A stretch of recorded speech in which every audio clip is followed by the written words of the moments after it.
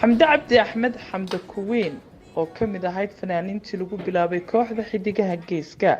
ayaa hargeysa ka sheegtay inay guud ahaanba fankiisaga hadhay. xamdi waxa ay ku dhalatay magaalada hargeysa sanadkii 1993 bishiisii saddexaad. haddaba xamde oon kula kulmay gurigeeda hargeysa ayaan ka wareystay arrintani iyo heerka fanka soomaalida ee xilligani.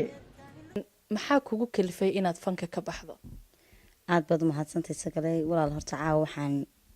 aynu isugu nimay halkan ama barnaamij faneed ma wadno dhammaanba horta waxaan salaamaya ummadda islaamka soomaali maxamed meel kastay joogto ayaan salaamaya sagale imika intii sanadkii imikayna dhaafay 2017 iyo 18kii aynu ku jirno 17ka intiisii dambe ilaa 18 aynu ku jirno fankii shaashadii waan ka maqnaa layguma arag waxay ugu dambeysay 17kii sanadka habeenkii happy new year-ka hees aan barnaamijka kaga qayb galay sanadkan markaa walaalo aniga go'aansaday inaan fankii gabi ahaanba ka baxo ana isu garan waayay markii horena cidigumay qasbin imikana ana sidaa jeclaystay inaan ka baxo. dadku waxay isweydiinayaan xamde maxaa ku kalifay, ma kooxdii bay ka baxday oo waxay gelaysaa koox kale mise guud ahaanba fankii wixii la odhan jiray oo dhan ay isaga baxday xamde? may walaalo kamaan bixin kooxdii oo keliya ama xidigaha geeska kooxdii aan ka mid ka ahaa ilaa maalintan fanka bilaabay ilaa waqti xaadirka aan iyaga ka mid ahaayoon ku jiray kamaan bixin. fanka gabi ahaantii baan ka baxay oon caawa halkan ka sheegayaa soomaali meel kastoo joogtaan u sheegaya markaa fankii baan ka baxay walaalo. waa hagaag heerka fanka ee waqtigan xamdaay maxaad ku qiimeyn lahayd? wallaahi sagalay fanka heerkan maanta aan joogno ama fanaaniin ahaan la joogo haddaan qiimeeyo markaan fanka soo galayay iyo maanta markii aan gudagalay dhowrkaa saneen ku jiray horta different weeyaan weyno ballaaran. markaan soo galayay aad buu ila qurux badnaa wax baan ku hamiyey wax wanaagsan laakiin sidii way aad magac baana fan soomaali laga dhaxlaa oo maanta xamde kuweyn ilmaha yar labada jirkaaye ama yacni madaxa la kacay ayaa garanaya magac baan ka dhaxlay aan odhan karaa xamde kuweyn. markaa walaalo waxaan ku qiyaasi lahaa wallaahi dee dad badanoo waxaa jira aniga sidaydoo kala caawo aan ama niyada ku haya qofba marun buu jeclaadaa ama fanka galaa ilaahay soo hadeeya. waxaan aad ugu faraxsanahay anigoo da'yar anigoo dhalinyara miirkayga qaba inaan caawo ilaahaygu guuleeyey inaan ka toobad keeno ama ku dhawaaqo ama social media ka sheego inaan ka baxay aad baan ugu faraxsanay ilaahayna waan ugu mahadinaya. waa hagaag xamda fanka sidiisaba maxaa laga dhaxlaa ma laga taajiraa horta fanka gebigiisa? sagalay waad mahadsantay walaalo kolley qofku fanaan hadduu yahay ma fanka soomaalida mise dadka caalamka ayay aynaan dee hiigsan karin. fanka soomaalida magaca ayaa laga dhaxlaa laakiin maal lagama dhaxlo waxaan tiyo oo laga samaystaana ma jirto laakiin magac baa laga dhaxlaa. hadday noqoto fanaaniintii naga horreeyey waa beri hadday noqoto qaar kasii horreeyey dee magac ay ka dhaxleen laakiin maanta meel kastoo joogaan waa la ogyahay mid kastoo xanuusta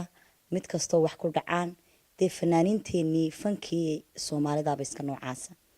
oo adigoo magac lahaa oo intaad dhallinyarada ahayd in lagu siday oo heblaayo waa hebel lagu lahaa. maanta haddaad ummadii wax uga baahato ama aad da' kugu dhaco ama xanuun waxaan ku yidhi waad aragto fanaaniinteeni waaweynaa lagu baahayno leeyahay hebel baa dhakhtar yaala ha la caawiyo markaa magacuun buu leeyahay. markaa waxaan isku daba qabanayaa ilaahayna igu guuleeyey oo nagu mahadnaqayaa anigoo da'yar inaan ka tashaday dhammaan inta ay niyadda ugu jirto ama inta fanka kusii jiri doonto waxaan leeyahay intaan wadkeena ama waqtigeena aynaan gaadhin ka tabaabushaysta kolley way arkeen wuxuu yahay fanku dee uga sheekayn maayo. waa hagaag xamde ma jirtaa cid cadaadis kugu saartay oo gaara ma cid baa jirta kugu cadaadisay oo ku tiri fanka ka bax oo in badan kugu celcelisay? walaal may cid maanta igu tiri fanka ka bax ma jirto. waxaan odhan karaa hooyaday waa sheekhad in badan ayay ilaahay ii hor istaagtay ducadeedii in laga aqbalay ayaan aaminsanahay oo ama anigoo ama hees soo tumayo ama xilli dambe socda ama anoo sii baxaya maalin le waxaan soo laxmaynaya oo ilaahay hor taagnid in ilaahay waxaan barin aniguna ku qiyaasaya in ducadii hooyaday la aqbalay waana ku faraxsanay haddiiba fanka aad ka tagto dadku waxay isweydiinayaan xamda kuwiin maxay qaban doontaa maxaad qabanaysaa walaal haddaan fanka ka tegay kulley magac baan ka dhaxlay fanka waxaan rajeynaya insha allah magacii xagga fanka iyo heesahan kusii wadila business baan ku bedelaya insha allah xamda gabagabada maxay tahay fariinta aad u gudbinayso bulshadii taageerayaashaadii soomaalidii ummadda muslimiinta aad baad u mahadsantay isagale dhammaanba horta intii taageeri jirtay markaan waqtigan fanka ku jiray waxaan leeyahay go-aanka anaa qaatay caawa inaad igu taageertaan khayrka inaad igu taageertaan waxaan anigu maanta habi ku ahay inaad khayrka igu garab istaagtaan iina ducaysaan saasaan odhan lahaa waa hagaag xamda sida aad noo sheegtay ama aad ka dhawaajisay ama aynu wada ogsoonnahayba in badan ayaad shaashadaha ka maqnayd oo sida aad sheegtay aad shaashadaha ka maqnayd inkastoo aanad beryahaasi waxba tumin haddana waxaa jirta hees shalay toole lasoo geliyay youtube-ka oo baraha bulshada laga arkayay oo cusubood bks la qaadaysaan arintaasi sidee isku waafaqi laada isagale walaal heestan waxaan ku qaadnay jabuuti aniga iyo maxamed siciid bike waqti aanu joognay jabuuti sanadkii hore bishiisii 11 ayaa heestaa la tumay isaguna waqtigaa kooxda khilaaf baa jiro uu ka baxay heestii sidii bay dhulka u taalay aniguba waxun baan ku war helay anuun ogeyn cid soo gelisay iyadoo social media dhex socota markaa laftirkayguna maan wargelin oo waqti xaadirkii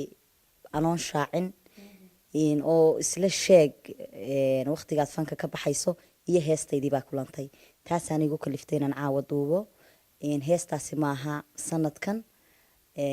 iyo waqtigan aan fadhiyay toona waxa weeyaan 2017 bishiisii 11 anagoo bk jabuuti joogna ayaan halkaa heestaa ku duubnay mana aha wax cusub anoon ogeyna waa la soo geliyay youtube-ka walaalo markaasaasay ku baxday ta kale waxaan ka codsaday axmed weli ibraahim furunle walaalkay heeso kale oo dhowra oo iga hayay oo keligeeya inuu dhulka dhigo oon dib loo soo saarin ama social media youtube-ka lasoo gelin insha allah taasaan isagana ka codsaday waxaa kaloo aan ka codsanayaa dhammaanba qolooyinkan leh